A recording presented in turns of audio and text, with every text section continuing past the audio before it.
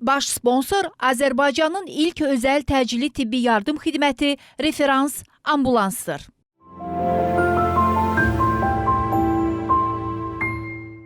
Hər vaxtınız xeyir. Həyatınızın hər anının, hər dəqiqəsinin sağlam, huzurlu və hər an xoş duyğularla keçməsi arzusu ilə baş həkim verilişi efirdədir. Biz bugün də sizin sağlamlığınızın keşiyində duran ən son yeniliklərdən və tibbin möcüzələrindən danışacağıq. Mövzumuz isə nevrologiyanın ən son və ümidverici sahələrindən biri olacaq. Regen Baku Kök Hüceyrə Mərkəzinin rəhbəri, kök hüceyrə üzrə ixtisaslaşmış nevroloq doktor Aytən Əliyeva nevrologiyada kök hüceyrədən, kök hüceyrə ilə müalicənin hansı nevroloji xəstəliklər üçün real nəticə göstərdiyindən və faydalarından danışacaq. Xoş gördük Aytən xanım, təşəkkür edirəm dəvətimizi qəbul edib gəldiyinizə görə və elə ilk başlayaq, nədir kök hüceyrə? Mən də ilk öncə təşəkkür edirəm ki, məni dəvət etdiniz və təbii çox sual verilir ki, kök hüceyrə nədir? Kök hüceyrə bilirsiniz ki, elm, tibb sürətlə inkişaf edir və sürətlə inkişaf etdiyi üçün də, yəni hal-hazırda elmdə ən çox son dönəmlərdə kök hüceyrə termini çox rastlanır. Amma kök hüceyrə bizim orqanizmada, mən hər zaman deyirəm, bizim orqanizmada kök hüceyrə vardır və hər zaman söyləyirlər ki, hardadır doktor o kök hüceyrə? Yəni, mən çox zaman bu suallarla rastlanıram və mən onlara sadəcə qısa bir şəkildə çalışıram ki, onlar məni anlasınlar ki, kök hüceyrə nədir. Bilirsiniz ki, məsələn, əlimiz bir də görürsünüz kəsilir və yaxud da ki, hər hansı bir xəstəlik keçirdirik və heç bir dərman qəbul etmədən, heç bir müdaxilə etmədən baxırıq ki, biz sağalırıq. Bəli, sual olunur ki, necə oldu biz sağaldıq? Bizim öz orqanizmamızda olan hüceyrələrin hesabına biz sağalırıq. Və bu, yəni ona görə də bu kök hüceyrə daha çox başladı inkişaf eləməyə bir çox xəstəlik, yəni bu funksiyalarına görə. Kök hüceyrənin funksiyası əsas bilirsiniz necədir? Kök hüceyrə zədələnmiş hüceyrəyə daxil olur, onu bərpa edir və bu funksiyasına uyğun olaraq biz kök hüceyrələrdən bir çox xəstəliklərin müalicəsində istifadə etməyə başladıq. Təbii ki, ilkin öncə başlandı əsasən cavanlaşmada. Məsələn, dərinin cavanlaşması, orqanizmanın cavanlaşmasında yəni tətbiqləri olurdu və çox gözəl, ən çox da dəridə olan cavanlaşma, yəni əsasən bu hüceyrələrdən daha çox istifadə olunurdu. Amma sonradan bilirsiniz ki, bir çox ağır xəstəliklər var. Mən də bir nevroloq kimi bilirsiniz ki, nevroloji xəstəliklər hər zaman o qədər ağır keçir və müalicəsi də yəni çox çətinliklə olur və mən özüm şəxsən başladım bir çox nevroloji xəstəliklərin müalicəsində mezenximal kök hüceyrələrdən istifadə etməyə və yenə də həmin o hüceyrələrin funksiyasına əsaslanıb. Bilirsiniz ki, kök hüceyrələr bir çox bizim orqanizmamızda hüceyrələr var. Qaraciyər hüceyrələridir, sinir hüceyrələridir, qan hüceyrələridir, qığırdaq hüceyrələridir. Bu hüceyrələri bərpa... Müxtəlif orqanların, hər orqanın özünün hüceyrəsi var. Bəli, və həmin o hüceyrələri bərpa etmə funksiyasına malikdir. Məsələn, sinir hüceyrələrində ən çox, məsələn, bilirsiniz ki, nevroloji xəstəliklərdən çox sinir hüceyrələrimiz zədələnir. Ona görə biz, məsələn, yönəlirik ən çox, mən də bu günləri sizə nevroloji xəstəliklər barəsində danışacağım. Bilirsiniz, ən çox ağır xəstəliklər, məsələn, Parkinson xəstəliyidir, uşaq serebral iflicidir, dağınıq skleroz, yan amiotrofik skleroz, autizm, beyin atrofiyaları, genetik ataksiyalar, bundan başqa Alzheimer xəstəliyi, yəni bir çox xəstəliklər, məsələn, bir çox onurğanın degenerativ xəstəlikləri var, o xəstəliklərdə, yəni biz kök hüceyrələrimizi tətbiq edərək müalicə edib və çox effektiv nəticələr əldə etmişik və mən veriliş başlayanda sizə sual verdim ki, mümkün olsaydı mən həmin nəticələri də hətta sizinlə paylaşardım və qeyd edim ki, bu hüceyrələr təbii ki, sual olunacaq, bu hüceyrələr hardan əldə olunur? Bu hüceyrələr bizdə ən çox nevroloji xəstəliklərdə hüceyrələr fərqlidir. Çox müxtəlif hüceyrələr var. Var mezenximal hüceyrələr, var SVF hüceyrələr, var fibroblast hüceyrələr, çox fərqli hüceyrələr və hər bir hüceyrənin də onun tətbiqi var, hansı xəstəlikdə, və yaxud da ki, cavanlaşmada necə istifadə olunur, yəni tamamilə fərqlidir. Və nevrologiyada biz ən çox istifadə edirik mezenximal kök hüceyrələrdən və mezenximal kök hüceyrələr GMP laboratoriyada yetişdirilir və bu hüceyrələr uşağın göbək bağının tərkibində olan belə deyim, varton jeli adlanır. Həmin varton jelindən əldə olunur və həmin varton jelində biz laboratoriyada həmin hüceyrələri çoxaldaraq pasientlərimizə tətbiq edirik. Təbii ki, indi sual olunacaq ki, necə tətbiq edirik və bu tətbiqdəki yəni fərdi yanaşılır. Təbii ki, pasient ilkin öncə bizə müraciət etdikdə biz pasienti müayinə edirik. Onun həm dərman tarixçəsi, həm diaqnozu, həm keçirdiyi xəstəliklər, hansı xəstəlikləri vaxtında keçirdi, ümumi bədəndə, orqanizmdə olan defisitlər aydınlaşdırılır və ondan sonra biz pasiyenta hüceyrə tətbiqini necə tətbiq edəcəyik? Məsələn, tətbiqlərimiz vena daxili olur, onurğa daxili olur, əzələ daxili olur və yaxud da ki, intranazal deyilik, burun daxili olur. Yəni, bu sırf xəstəliyə uyğun olaraq seçilir ki, yəni biz bu pasiyentə bu hüceyrəni yəni bu yöndə tətbiq edəcəyik. Və Ayten xanım, ümumiyyətlə sizə müraciət edən pasiyentlər müxtəlif yaş fərqləri var, müxtəlif xəstəlikləri var. Və bundan asılı olaraq da o kök hüceyrələrin miqdarı olsun və yaxud da ümumiyyətlə olarmı, olmazmı? Bütün bunlar nəzərə alınır. Hansı hallarda qətiyyən olmaz və yaxud da yaş fərqləri var? Və siz qeyd etdiniz söhbətimizin əsasında ki, bir çoxları bugün kök hüceyrələrdən məhz cavanlaşma üçün daha çox hər halda qadınlar istifadə edir və mən eşitmişəm ki, məsələn, həmin o kök hüceyrələrdən istifadə edənlər tərif oxuyurlar ki, inanırsan, hətta bir 10 yaş insan özündə o cavanlaşmanı hiss edir. Baxın, həm o verdiyim öncədən suallar, yaş həddi varmı fərqi, hər hansı bir xəstəlik və yaxud da indi mən soruşdum sizdən prosedurlarda istifadə, ümumiyyətlə bunlar hamısı uzun bir mərhələ proses keçirilir. Çox gözəl sual vurğuladınız, təşəkkür edirəm. Burada yaş fərqi yoxdur. Yaş fərqi nəyə əsaslanır?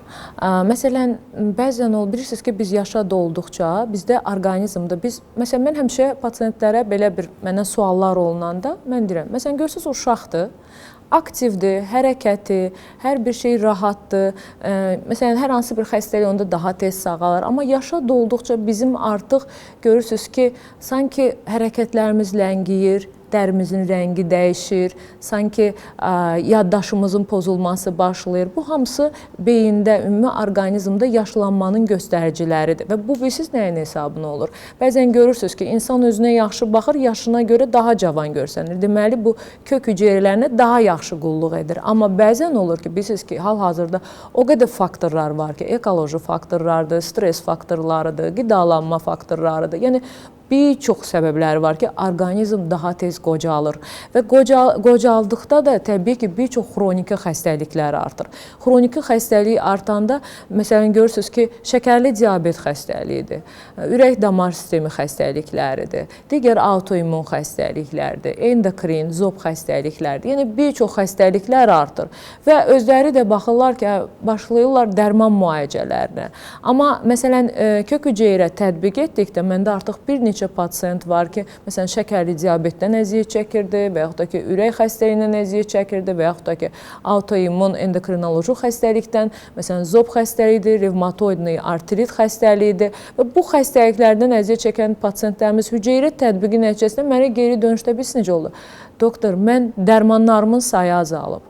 Mən əvvəllər dərman içirdim, amma tutaq ki, şəkərim enmirdi. Amma bəli, özümü daha yaxşı hissə. Məsələn, çox təəssüf edirəm, bilirsiniz ki, biz indi nevroloqam deyə hər gün beyin MRT-ləri görürük.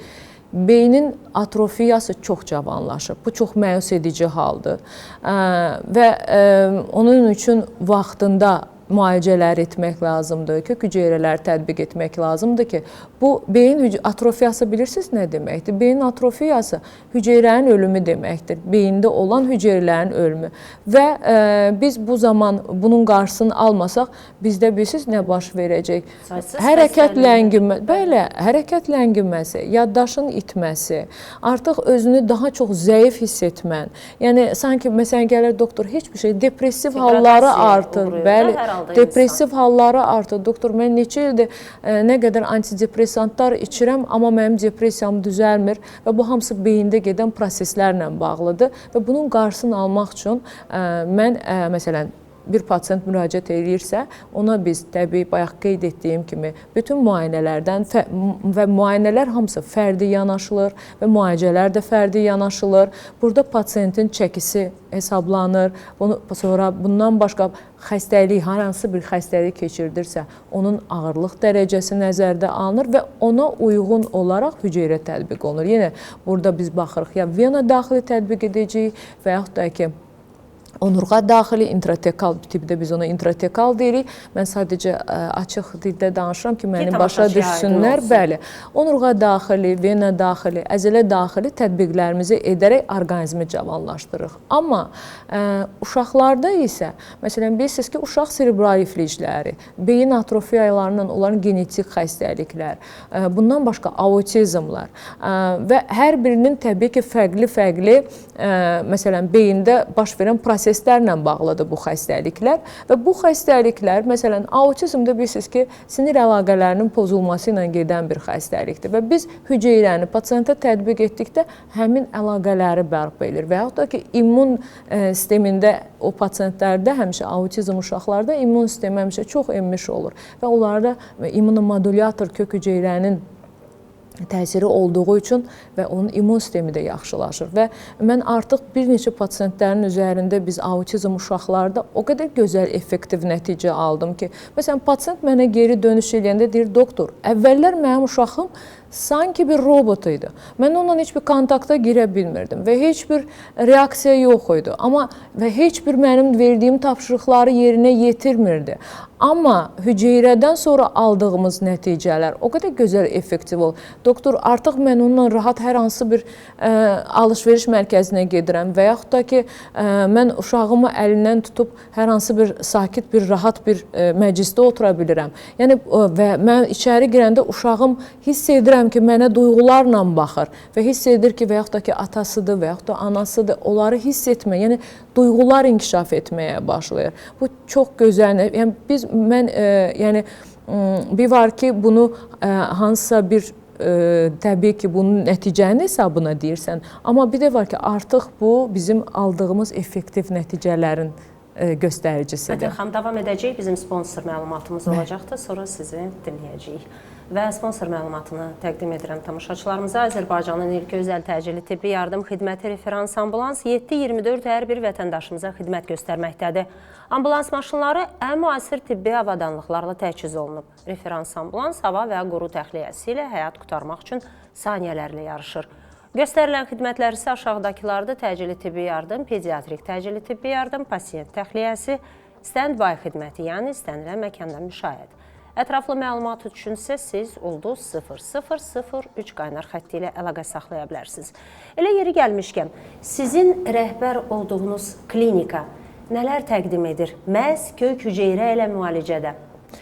Kök hüceyrə ilə müalicədə biz bütün sahələrə toxunuruq. Burada qeyd edim ki, əsas nevrologiya üzrə biz gedirik. Bundan başqa orqanizmin cavanlaşması ilə də biz müalicələrimizi aparırıq. Bayaq qeyd etdiyim kimi mən onun haqqında böyük geniş danışdım. Məsələn, xroniki yorğunluq sistemi də, məsələn, pasiyentdə xroniki yorğunluq vardırsa, onun qarşısı alınır və yaxud da ki, yaşlanma ilə əlaqədar bir çox xəstəliklərin müalicəsi olunur. Bundan başqa nevroloji xəstəliklərdən uşaq serebral iflicləri, autizm, yanomiyotrofik skleroz, dağınıq skleroz, bir çox demensiyalar, beyin atrofiyaları ilə olan xəstəliklər, Parkinsonun ilkin başlanğıc dərəcələrində çox effektiv nəticələr alırıq. Yəni, bu yöndə gündə müalicələrimiz bundan başqa biz digər həkimlərimizlə də işləyirik. Məsələn, oftalmologiyada, ginekologiyada, məsələn, birlikdə hüceyrələrin tətbiqi. Təbii ki, burada artıq bir neçə həkim birinci pasiyent haqqında məlumat alırıq, bəli, və ona uyğun olaraq, məsələn, ola bilsin ki, gözdür. Məsələn, bizə göz siniri atrofiyaları ilə də bir çox, məsələn, eşitmə sinirində atrofiya ola bilər. Burada dəqiqləşdirilir. Bu sinir mənşəlidir, yoxsa oftalmoloji problemdir, tutaq ki.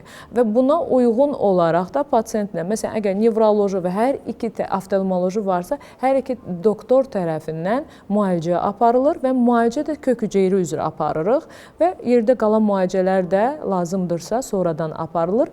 Amma qeyd edim ki, əsasən də nevrologiyada biz hüceyrələri təbii xüsusi reabilitasiyada pasiyentlərə məsləhət görülür. Məsələn, bir çox xəstələrimiz var ki, məsələn, yan amiotrofik skleroz bilirsiniz ki, çox sürətlə inkişaf edən bir xəstə və çox sürətlə də ağırlaşır. Məsələn, bu xəstələrdə hərəkət başlayır pozulmağa, qidalanma pozulur, udqunma pozulur. Yəni, bu təbii ki, sinir hüceyrələrində gedən degenerativ prosesin nəticəsində olur və məndə belə bir xəstələrim, pasiyentlərim çox olmuşdur və biz hüceyrəni tətbiq etdikdən sonra hətta elə an olub ki, pasiyentə qidalanmadığı üçün və udqunmanın olmadığı üçün pasiyentə stoma məsləhət görüblər. Amma biz bir prosedur hüceyrə tətbiqindən sonra demək olar ki, bütün funksiyaları bərpa olub. Həm udqunma bərpa olur, həm tənəffüs sistemi bərpa olur, hərəkətlərin bərpası başlayır. Təbii ki, burada artıq bir neçə prosedur biz aparmalıyıq ki, daha effektiv nəticə alaq pasiyentlərdə. Aytən xanım, hamıya uyğundurmu kök hüceyrə? Qəbul vaxtı nə qədər çəkir? Elə olurmu ki, qəbul etmir hər hansı bir insanın orqanizmi? Qeyd edim ki, hər bir pasiyentə tətbiq etmək olar kök hüceyrəni, amma təbii ki, müəyyən, mən bayaq qeyd etdiyim kimi, ilkin olaraq pasiyent müayinə olunur.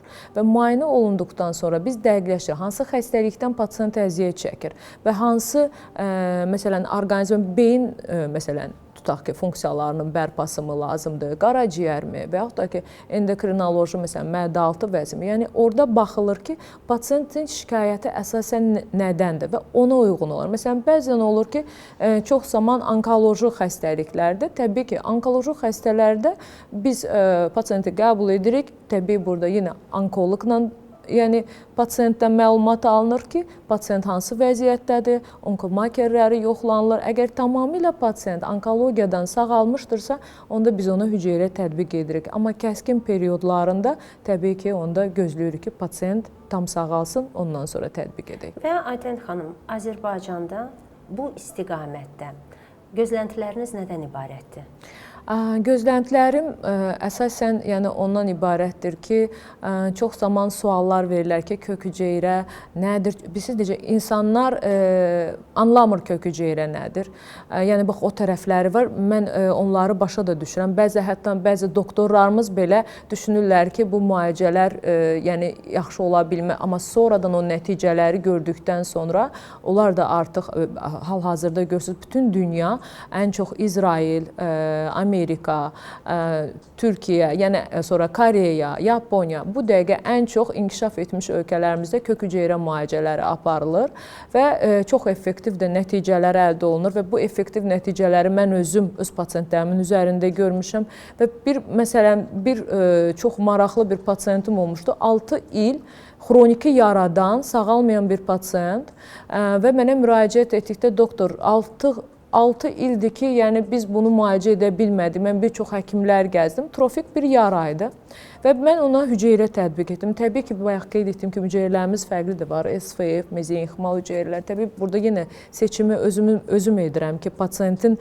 yarasına baxaraq, onun məsələn, orqanizmasının vəziyyəti yoxlanılır, defisitlər yoxlanılır və buna uyğun olaraq tətbiq etdik və pasiyentdə artıq bir ay ayaqda sağalma başladı və demək olar ki, indi 3 aya tamamilə həmin o geniş, böyük bir yara demək olar ki, tamamilə sağaldı. Mən bunu öz Instagram səhifəmdə paylaşdım hətta.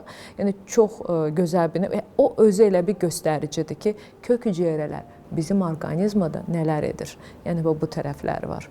Təşəkkür edirəm Aytən xanım və bu istiqamətdə sizə uğurlar arzu edirəm və bütün ehtiyacı olan pasientlərə bu məhz müalicədən doğru və düzgün yararlanmağı da arzu edirəm. Çox sağ olun. Buyurun. Və bəli, əziz izləyicilər, tibb yerində saymır və bugün kök hüceyrələr sinir sisteminin bərpasında yeni bir dövr açıb.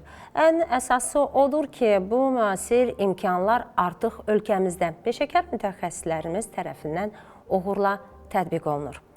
Amma bütün bunlarla belə sinirlərinizi qorumaq üçün yenə də əlinizdən gələni edin. Çünki unutmayın ki, bu dünyada əvəz edilməz olan tək bir şey var. O da sizin sağlığınızdır. Sizin sağlamlığınız həm də sevdiklərinizin xoşbəxtliyidir. Baş sponsor Azərbaycanın ilk özəl təcili tibbi yardım xidməti Referans Ambulansdır.